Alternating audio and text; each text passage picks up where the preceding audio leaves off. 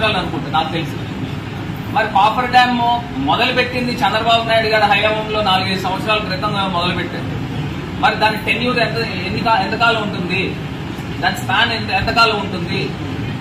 మళ్ళీ coffer dam ఇప్పుడు ECRF dam కింద ఉన్న డయాఫ్రమ్ వాల్ ఇప్పుడు దాకా కేంద్ర ప్రభుత్వం నిర్ణయం తీసుకోవాలా, అంటే ఇంకొక డయాఫ్రమ్ వాల్ కట్టాలా అక్కర్లేదా అనే దానిపైన నిర్ణయం తీసుకోవాలా. ఇదే చంద్రబాబు నాయుడు గారు ఇప్పుడు ఎన్డీఏ ప్రభుత్వంలో కీలకమైన భాగస్వామి కింద ఉన్నారు. మరి భాగస్వామి కింద ఉన్నప్పుడు సెంట్రల్ గవర్నమెంట్ ని డిమాండ్ చేయాలి కదండి. డిమాండ్ చేసుకోకుండా 4 సీజన్లు పడుతుంది అంటే 4 సంవత్సరాల్లో గానీ నేను ఏం చెప్పలేను అనే మాట ఎట్లా మాట్లాడతారు? మరి ఇదే చంద్రబాబు నాయుడు గారు ఎన్డీఏ 2014లో ఉన్నప్పుడు ఆయన ఒక స్పెషల్ ప్యాకేజ్ ఒప్పుకుని 20,000 కోట్లు పోలవరం ప్రాజెక్టుకి ఇస్తే సరిపోతుంది అని ఆయన ఒప్పుకున్న మాట నిజం కాదా? సాక్షాత్తు కేంద్ర మంత్రివర్యులు పీయూష్ గోయల్ గారు ఒక సందర్భంలో కూడా చెప్పారు. మరి జగనన్న వచ్చిన తర్వాత ఆయన ఏం చేశాడండి? జగనన్న వచ్చిన తర్వాత ఆయన కేంద్ర ప్రభుత్వంతో మాట్లాడి ప్రధానమంత్రి గారితో మాట్లాడి రివైజ్డ్ కాస్ట్ ఎస్టిమేషన్ 2019-20కి గాను 55,000 కోట్లు అవుతుంది, దాన్ని ఆమోదించండి అని కేంద్ర ప్రభుత్వం దృష్టికి తీసుకెళ్లారు. తీసుకెళ్లిన తర్వాత జలశక్తి మినిస్టర్ ఆమోదించింది 47,800 కోట్లు ఎంతో, దాన్ని ఆమోదించారు. పీపీఏ ధృవీకరించింది. మరి ఇవన్నీ కూడా ఎవరి ప్రభుత్వంలో జరిగినాయి? జగనన్న ప్రభుత్వంలో కాదా? ఇవాళ చంద్రబాబు నాయుడు గారు అబద్దాలు మాట్లాడుతూ ఇవాళ ప్రజలను మభ్యపెట్టే కార్యక్రమం చేస్తా ఉన్నారు. ఇది ప్రధానమైన అంశం. రెండోది, ఏదైతే వైఎస్ఆర్ కాంగ్రెస్ పార్టీ కార్యాలయాలపై ఏదైతే అక్కడ తాడేపల్లిలో ఒక కార్యాలయాన్ని ధ్వంసం చేశారు, కూలగొట్టారు.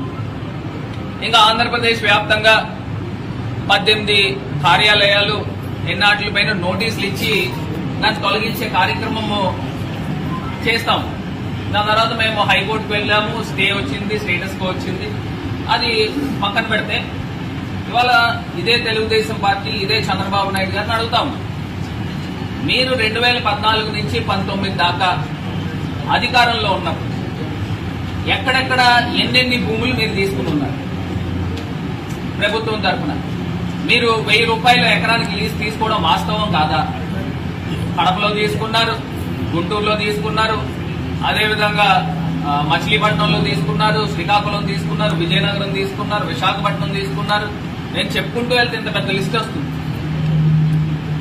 మరి ఇన్ని చోట్ల మీరు 1000 రూపాయలకి నామమాత్రం లీజులు తీసుకున్నప్పుడు మేము అధికారంలో ఉన్నప్పుడు ఎప్పుడైనా వాటికి జోలికి పోయినామా? ఎప్పుడైనా వాటిని కూలగొట్టే కార్యక్రమం చేశామా? మీరు ఒక జీవో రూపేణ తీసుకుని వచ్చారు, కేబినెట్ నిర్ణయం తీసుకున్నారు, జీవో రూపేణ తీసుకుని వచ్చారు, అది లీజు రాయించుకున్నారు. ఇదే సిస్టమ్ వైఎస్ఆర్ కాంగ్రెస్ పార్టీ మరి ప్రభుత్వం ఉన్నప్పుడు కూడా ఇదే సిస్టమ్ జీవో రూపేణ అథెంటిక్ గానే చేసామే. మరి దీనిపైన ఎందుకు మీరు ఈ రకమైన కార్యక్రమాలు చేస్తాం? మీ సొంత డబ్బుతో ఏమన్నా కార్యాలయాలు నిర్మాణం చేసుకున్నామా? లేదా ప్రభుత్వ డబ్బుతో ఏమన్నా కార్యాలయాలు నిర్మాణం చేసుకున్నామా? లేదు కదా. ఇది ఒక్కసారి ప్రజలు గమనించగలరు. నేను కావాలంటే ఈ లిస్ట్ కూడా నేను చదువుతాను. ఇదే చంద్రబాబు నాయుడు గారు ఎక్కడెక్కడ వాళ్ళ పార్టీ కార్యాలయాలు తీసుకుని ఉన్నారో ఆ లిస్ట్ కూడా నేను కావాలంటే చదువుతాను. ఇది కాకుండా మరి హైదరాబాద్ దగ్గరికి వచ్చేసరికి మరి ఏదైతే తెలుగుదేశం పార్టీ కార్యాలయానికి బంజారా హిల్స్ లో కేబీఆర్ పార్క్ ఎదురుగుండం, మరి హైదరాబాద్ లో మనకి నోకలు లేవు, పార్టీ ఎలాగా ఆల్మోస్ట్ తీసేశారు. అది ఎక్కడ వేరే వాళ్ళ చేతుల్లోకి వెళ్ళిపోతుందని ఆ పార్టీ కార్యాలయాన్ని లీజు తీసుకున్న దాన్ని ఎన్టీఆర్ ట్రస్ట్ గా మార్చడం వాస్తవం కాదా అని అడుగుతా ఉన్నాం. మరి ఇలాగ ఇన్ని కార్యక్రమాలు చేసి ఇవాళ లీజులు ఎక్కడెక్కడ తీసుకున్నారు అనే దానిపైన ఒక్కసారి నేను చిన్న వివరణ ఇస్తాను.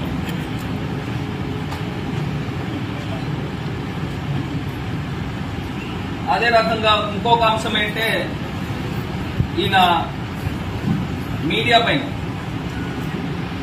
ఎన్టీవీ పైన, TV9 పైన, సాక్షి పైన వీళ్ళందరూ ఏం చేస్తా ఉన్నారంటే అంటే కేబుల్ ఛానల్స్ కానీ మిగతా ఛానల్స్ కానీ ఏది కూడా టెలికాస్ట్ చేయకూడదని చెప్పేసి మీడియా పైన వీళ్ళు జులుం చూపిస్తా ఉన్నారు.